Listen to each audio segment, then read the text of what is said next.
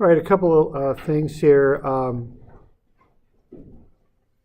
There's a workshop on Monday in MKH. Is that Mackenzie Hall?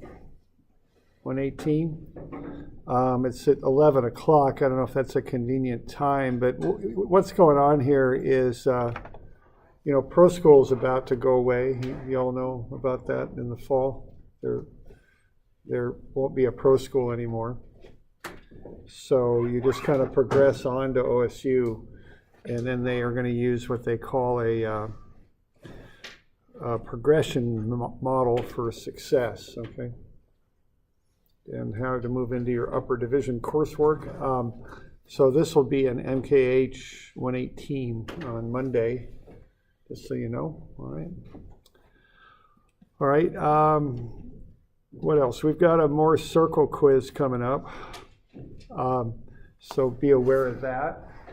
Now that will be two places. It'll be in class here on Friday from 1 to about 1:25. And then we'll have some class after that, okay?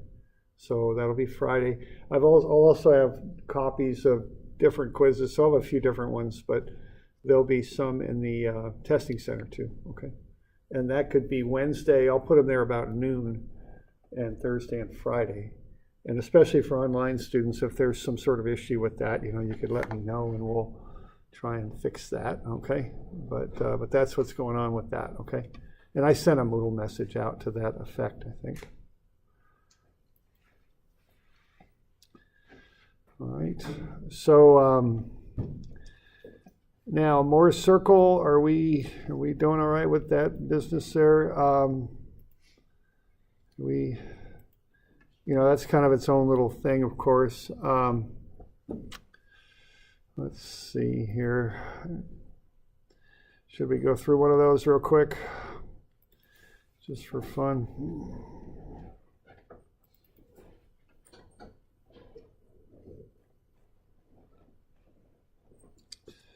Let's see here.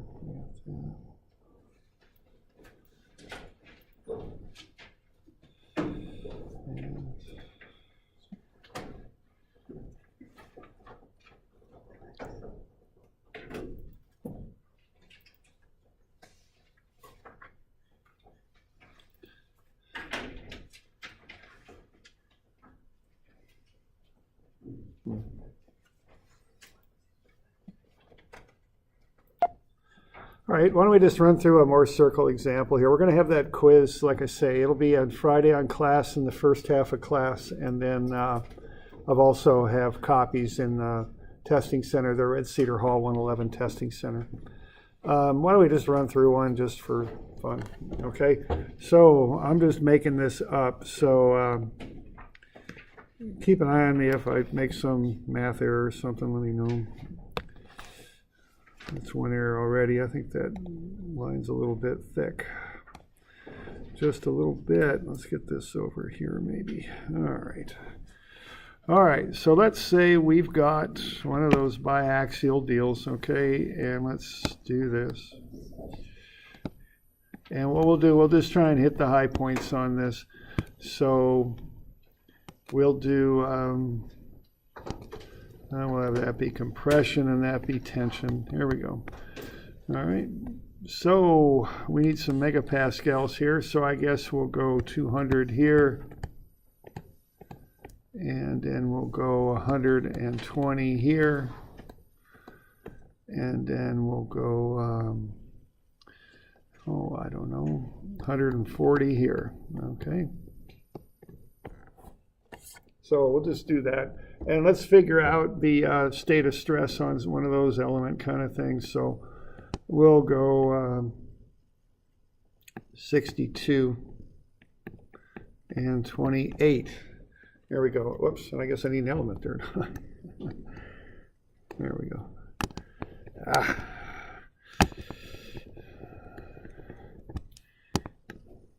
All right, I'll try this again.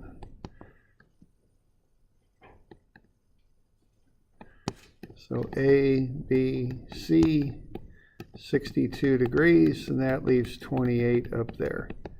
You all okay with that? So again, I have to practice this one, so if I make a little math here somewhere, you're gonna let me know, and I don't know, I got a calculator. Okay, that's a good thing to have.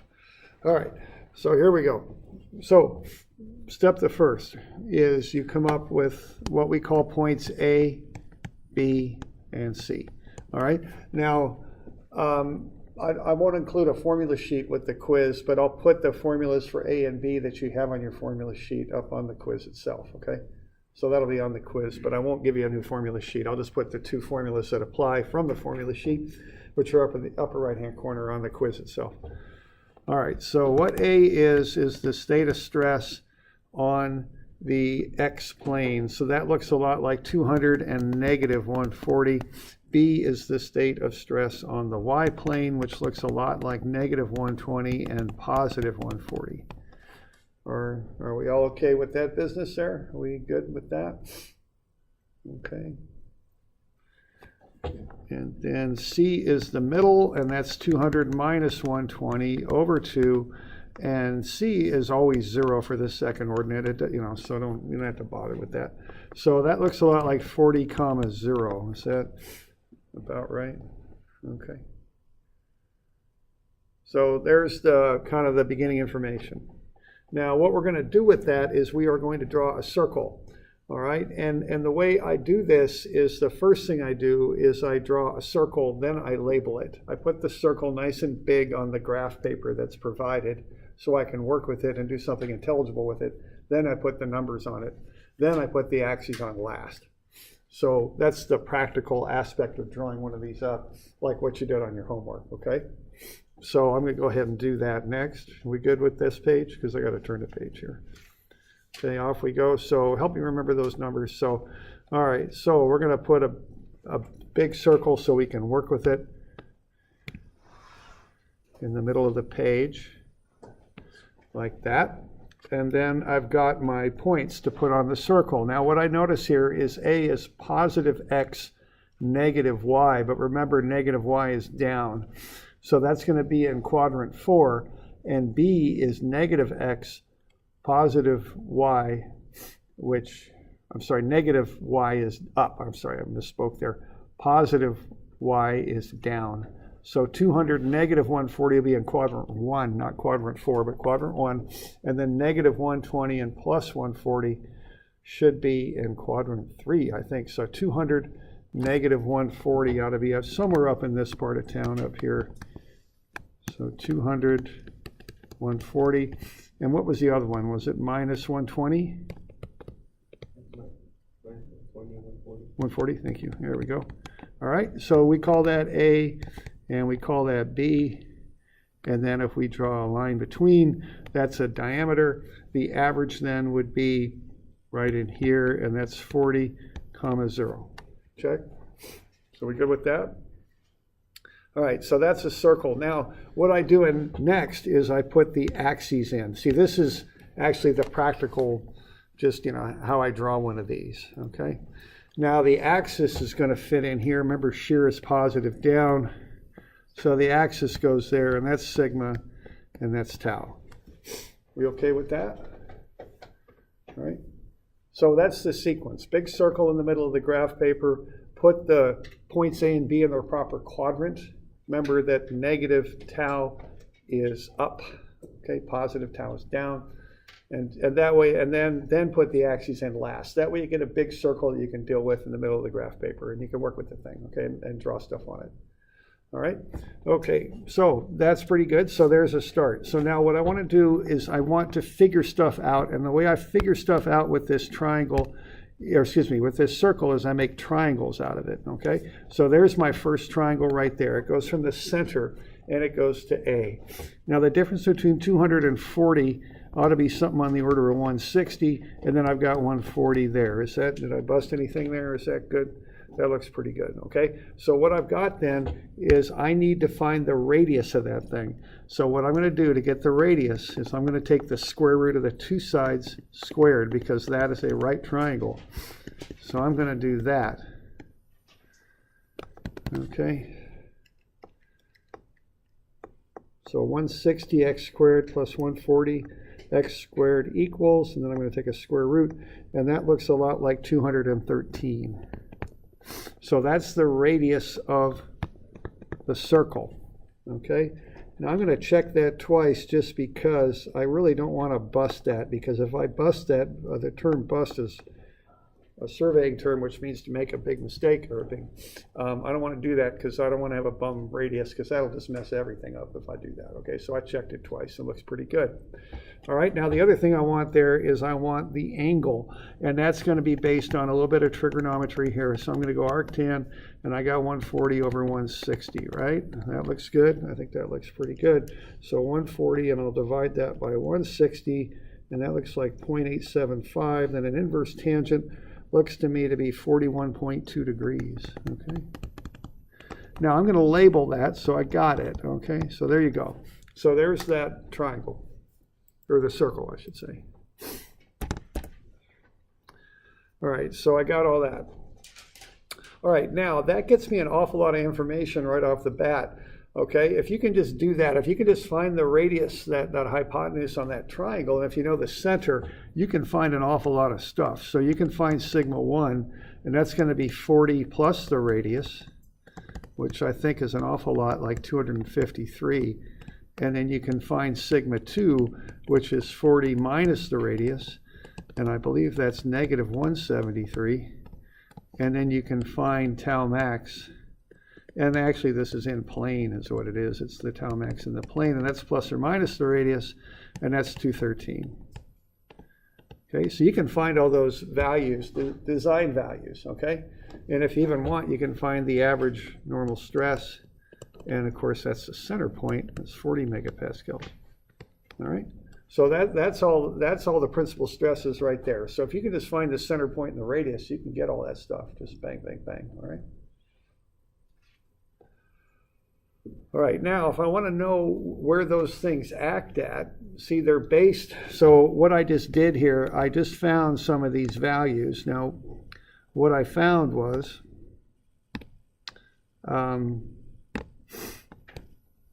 sigma 1 over here, sigma 2 over there, and then tau max, which is up in here, okay? And keep in mind that these are in plane.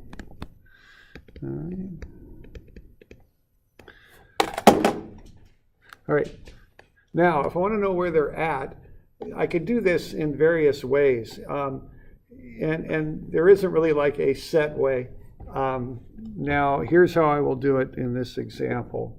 What am I going to do? Okay, so what I'm going to do here is I'm going to find the angle to the sigma 1 plane. Now the easy one is right there. I want to reference these, generally speaking, to A, because that represents the vertical plane on the circle. Okay, and not on the circle, on the element. That's the vertical plane on the element.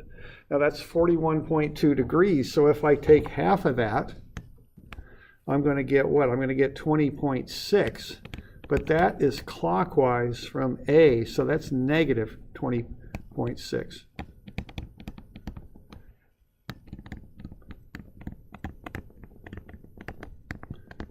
So that is negative 20.6 degrees from the vertical plane. You all with me there? And I'm just looking at it. If I go from A to sigma 1, that will be 41.2, but it's clockwise, so that's negative. If I take half of that, I get 20.6.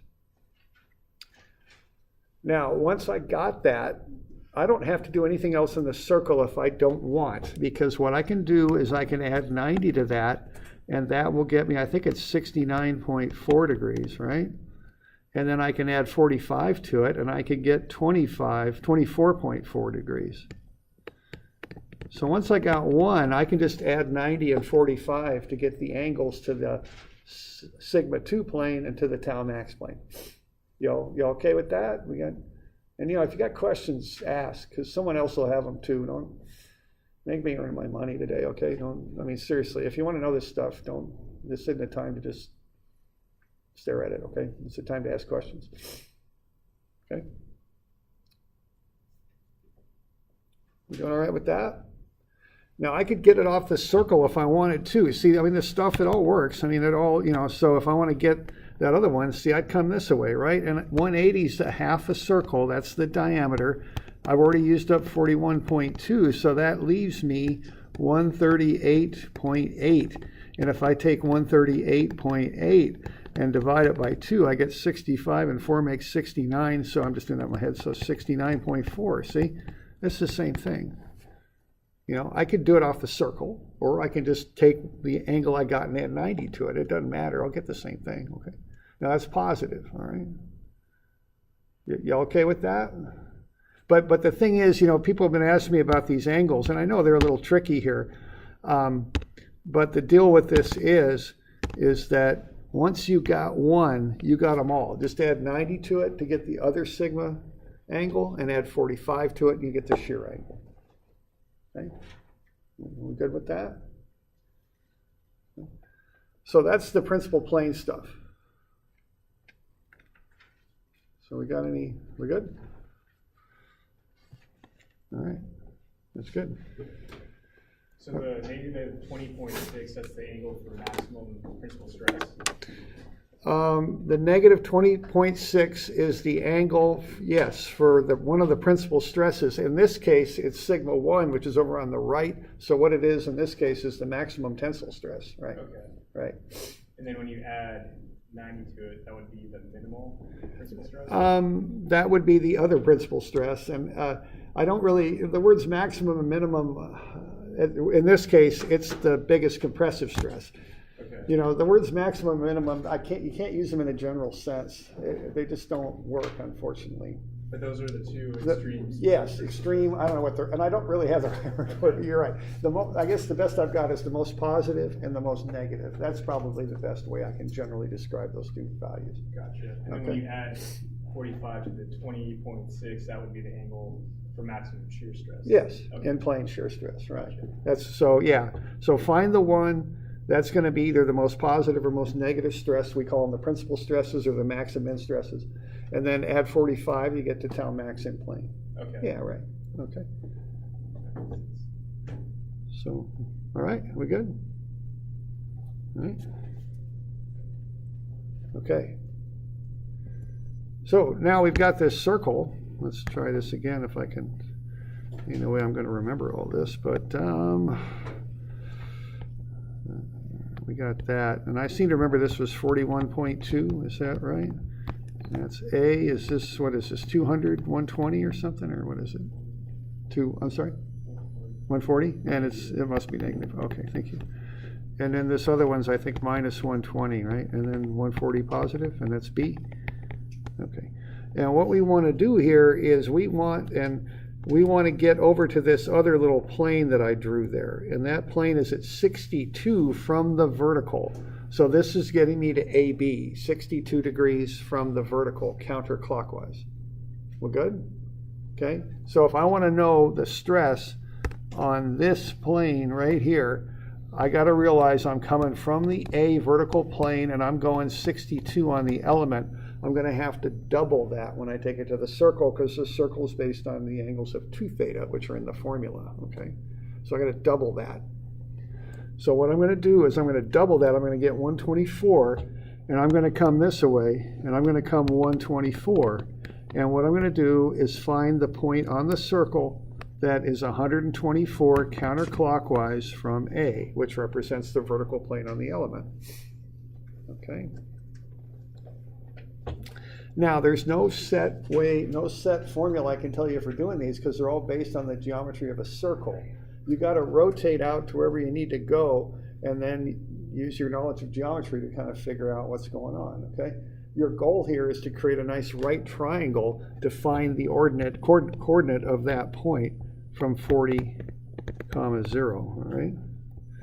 And what do we got? We got 213 for the radius. So we know that this distance is 213. I can't get this thing to write right now. There we go. And then we know that we have a right triangle there. Now we got to figure out what that angle is. And what I'm going to do, I'm going to take a full diameter, which is 180. I'm going to take away the twice 62, which is 124, and I'm going to take away the 41.2 that I already got, and I'm going to get something there. I'm going to get what, 56, 26, 25, is it 24.8 degrees, I think? Maybe? I don't know. I guess I should use this magic calculator here. Figure that out. Yeah, I busted it. 14.8. Okay. Thank you. So that's 14.8. So that's this angle right here. And see, I know I got a diameter there. That's 180. I know I already used up 41.2 and 124, so I got 14.8 left is what I got. All right. So that's 14.8. So what I've got now is I've got a right triangle, and I've got a 14.8 degree angle, and I've got a hypotenuse on the thing at 213. So I can just do a little bit of trigonometry here and find the two sides. It's just sine and cosine of 14.8 times the hypotenuse. Okay, that's all I got to do.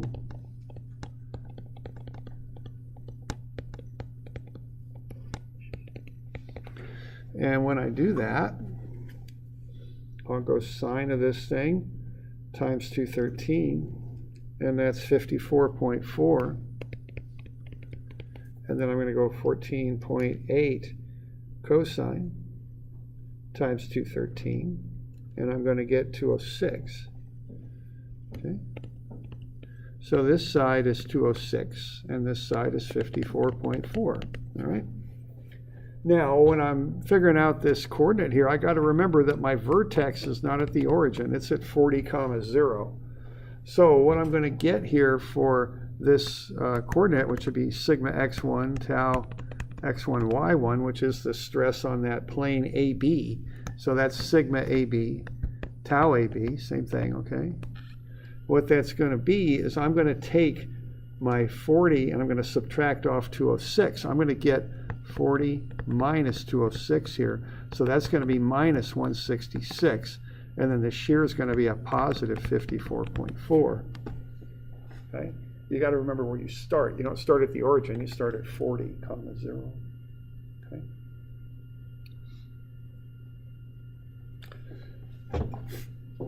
And then similarly, when I shoot this line back the other way, because why I'm doing that is I'm going 180 degrees for the circle, which is based on the formula, which is based on 2 theta. So when I rotate off of this first line I set here, when I rotate 180, it's 90 on the element, and that will get me to the other plane, which I think is BC, I think.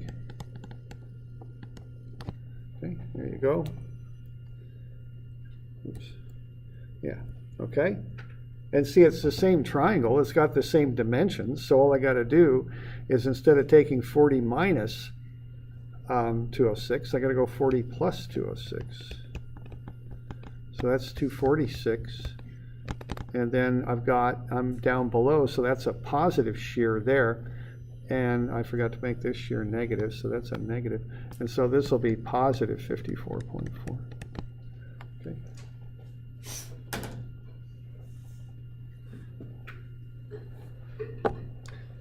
So there's a little bit of a run through Mohr's circle, okay? And that thing's used to find states of stress in elements.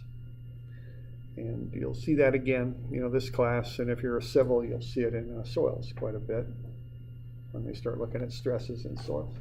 I don't know, mechanicals, I'm sure you'll see it again too, because I remember students telling me about it. Though I don't know the particulars of that stuff, being a mechanical engineer, but I know you take a strengths 2 class and know that. So the top part is AB and the bottom right is BC? Right, on this one, yeah.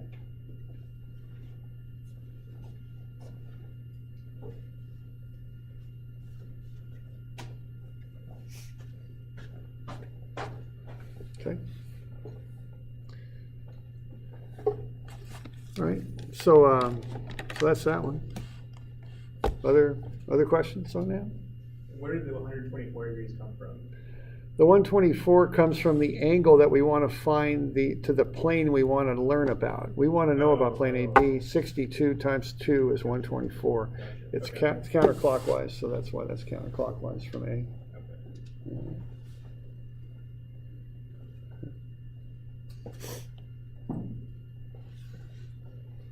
Other questions?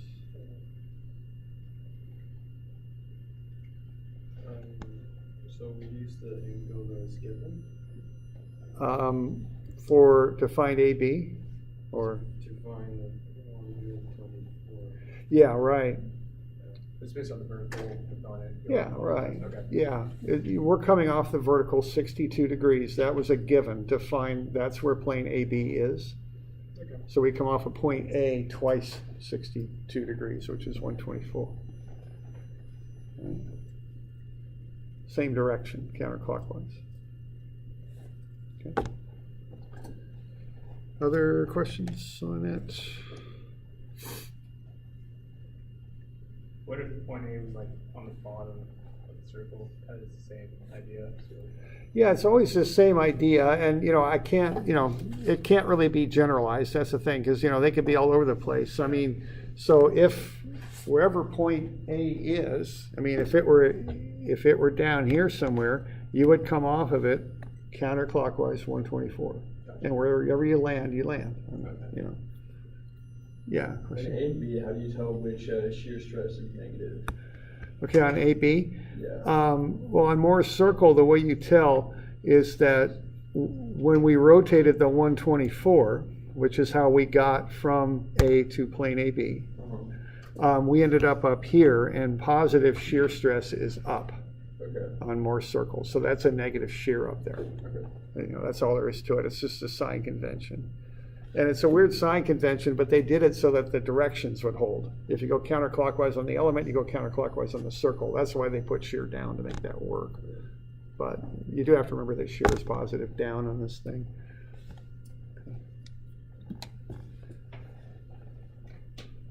Other questions?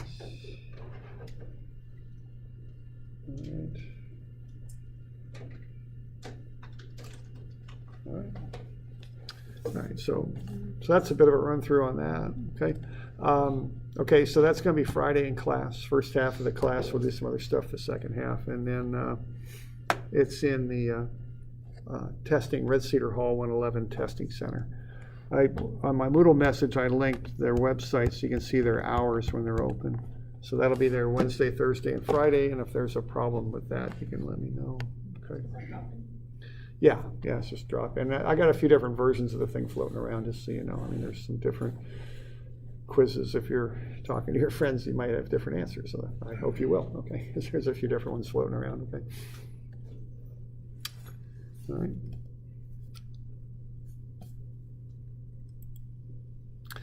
Okay, so off to the next one here. We got some homework due tomorrow. It's just a couple problems. So let's have a look at that, if I can find it.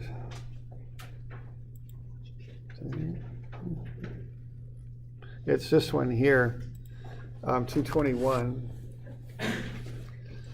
All right, so what the deal is we've got this piece of material. It's a rectangular plate. And it's 15 by 12 centimeters. It's got a 2 centimeter depth. And we're going to apply those stresses to it. And we got the material properties. So what we want to know is what's it going to look like after those stresses are applied. Okay. So the sequence on this, on 221 here, is we start with biaxial stress. That's what you're given. You convert that to biaxial strain using Hooke's law. And from there, you can find the lengths of the sides or the angles using this little shortcut formula here that the final length is the original length times 1 plus epsilon, which epsilon being the strain. And the change in angle is the shear strain in radians. Okay. So that's the sequence on it of what you're doing.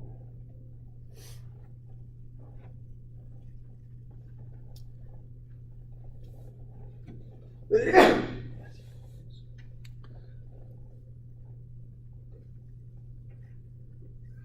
right, so you go biaxial stress to biaxial strain, and that's Hooke's law. That's basically what Hooke's law does, is it converts stress to strain in the biaxial environment. So Hooke's law is over there on the right of your formula sheet, equations 41 through 46. Once you've got the strains, you can find the lengths and the change in angle. And once you've got that, you can create a little sketch of what this thing looks like. All right.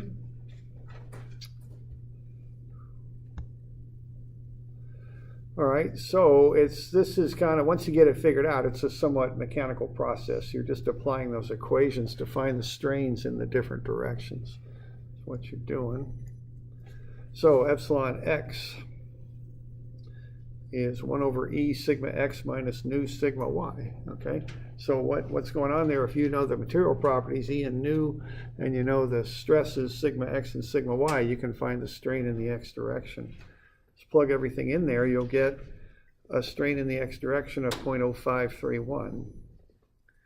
So what that means is in the x direction, the thing's going to get 5.31% longer, or it's going to lengthen out by a proportion of 0.0531.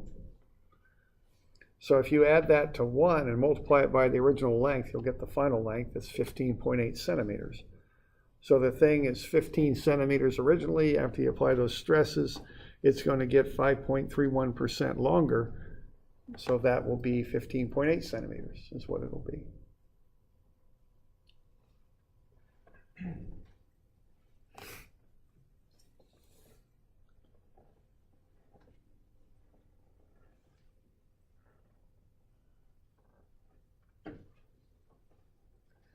Yeah, question there.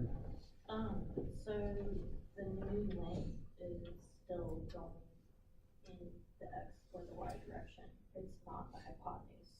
Right, yeah, this is in the straight x direction. So Okay. we use epsilon x to get this, so it's stretching in the x direction. Okay, Now the hypotenuse stuff, we got to throw angles into it, great. which we're not doing on this one. We're just getting up the squared up xy changes. Okay.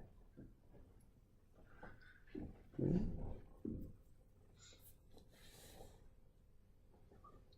Other questions? Okay. All right. Do you want these to scale? This is a really tiny font. Yeah, actually, this should be to scale, and we'll go over that a little bit. It's on that next page, Great. and so we'll get that. Okay. All right. Now then you find epsilon y. Okay, and you do the same thing. It's 0.0219. So what we're looking at there when we find these things is, that's like the stress that most directly relates to epsilon y, to epsilon y is sigma y. But you also have to consider the lateral effects of sigma x. That's what's going on with this, okay? So it's 1 over e sigma y minus nu sigma x, and that gets you 0.0219. Then that should lengthen the thing out from 12 to 12.26 centimeters.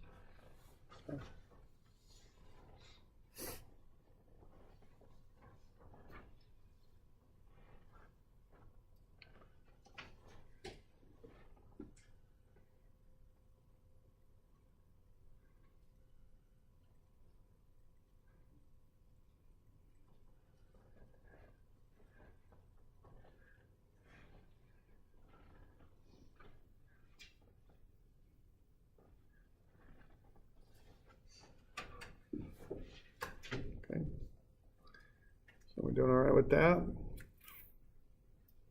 Just a matter of plugging in the stuff into the equation. It's not, not any big deal. And then we've got a little different equation for epsilon z. Now notice the equations for epsilon x and y are an awful lot alike. Epsilon z is a little different because we're looking at biaxial loading from 2 dimensions, so we don't have a z stress. The z stress is 0.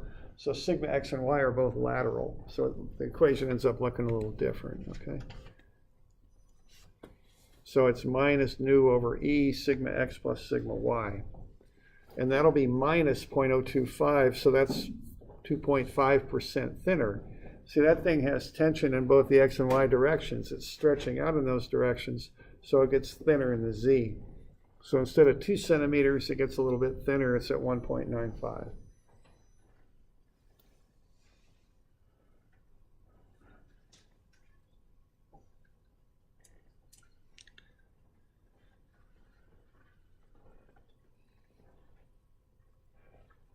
Okay. So we're just using Hooke's law to convert from stress to strain, and then we're going from strain to length. And the length is just the original length plus times 1 plus whatever the strain is. Okay. So that gets you your 3 dimensions. Now we also are going to have some angular deformation here because we got shear strain, so that'll change the angles. Originally that's a rectangular plate with 90-degree angles, but they're not going to be 90 degrees anymore because we're applying those shear strains, which cause planes to kind of slide across each other, all right? So that's the deal with that.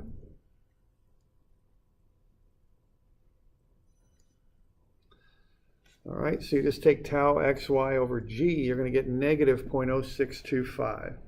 Now this one's a little different because what this is, it's best considered to be an angle in radians. Okay. Now what this is a change of an angle in radians. Now a negative shear strain actually makes that lower left-hand angle bigger, all right? So it originally is 90, which is pi over 2 radians. Well, it's going to get 0.0625 radians bigger. So when you convert that into degrees, that lower left-hand angle will be 93.6 degrees. So it's not 90 anymore, it's bigger. And on the right lower side, the angle will get smaller, okay, to the same amount. It'll get 3.6 degrees smaller. Okay. So the thing's changing from a rectangle into a parallelogram with different length sides and different angles. They're not 90-degree angles anymore. Okay.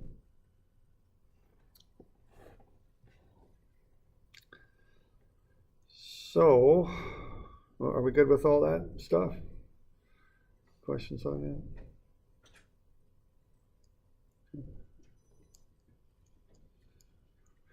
All right, so here is a scaled up version of this rectangle. We're not going to worry about the thickness on this because that's a bit messy to draw.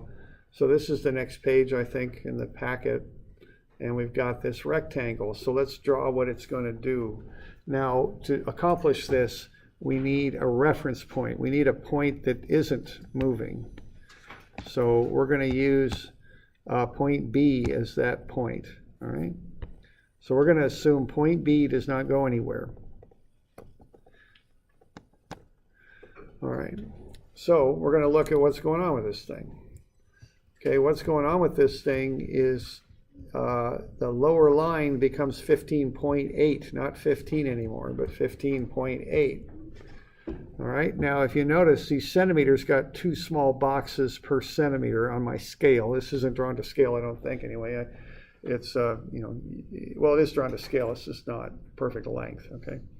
So each little box equals half a centimeter, so 15.8 will be a half a centimeter plus a little bit more than half of the next box there. So there's about 15.8.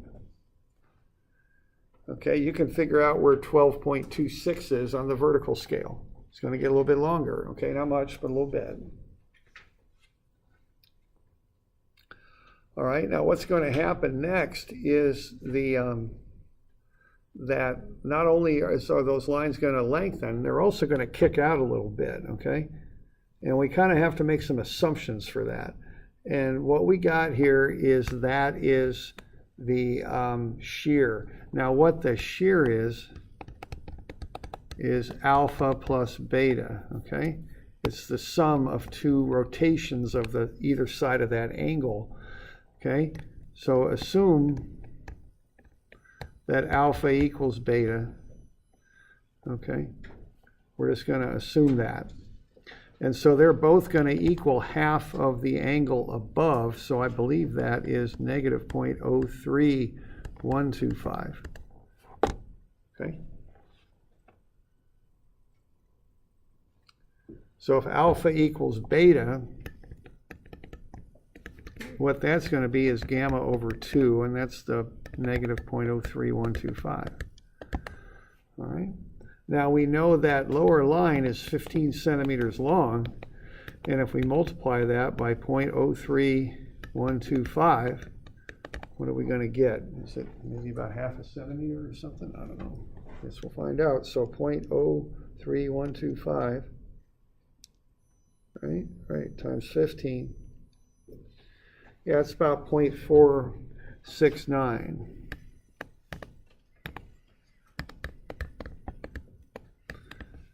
Okay.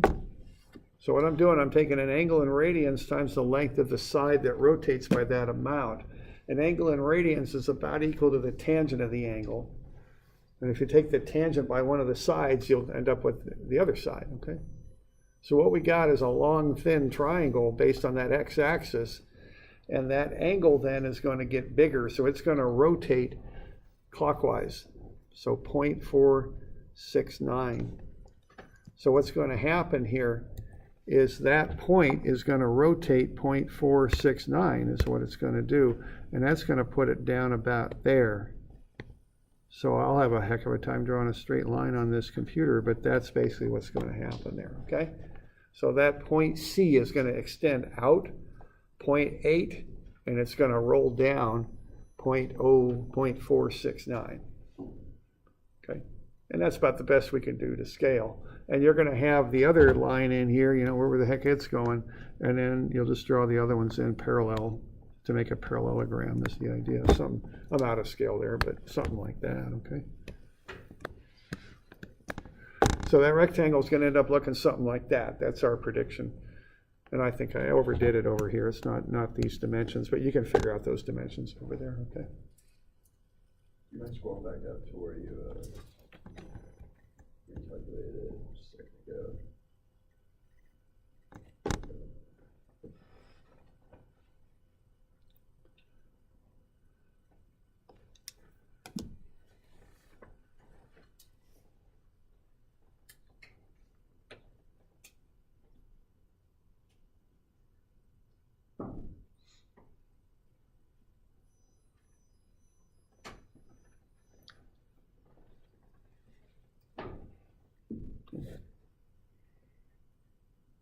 So we're just trying to get to a representation of what this thing looks like after those strains occur. That's basically what we're doing. Okay.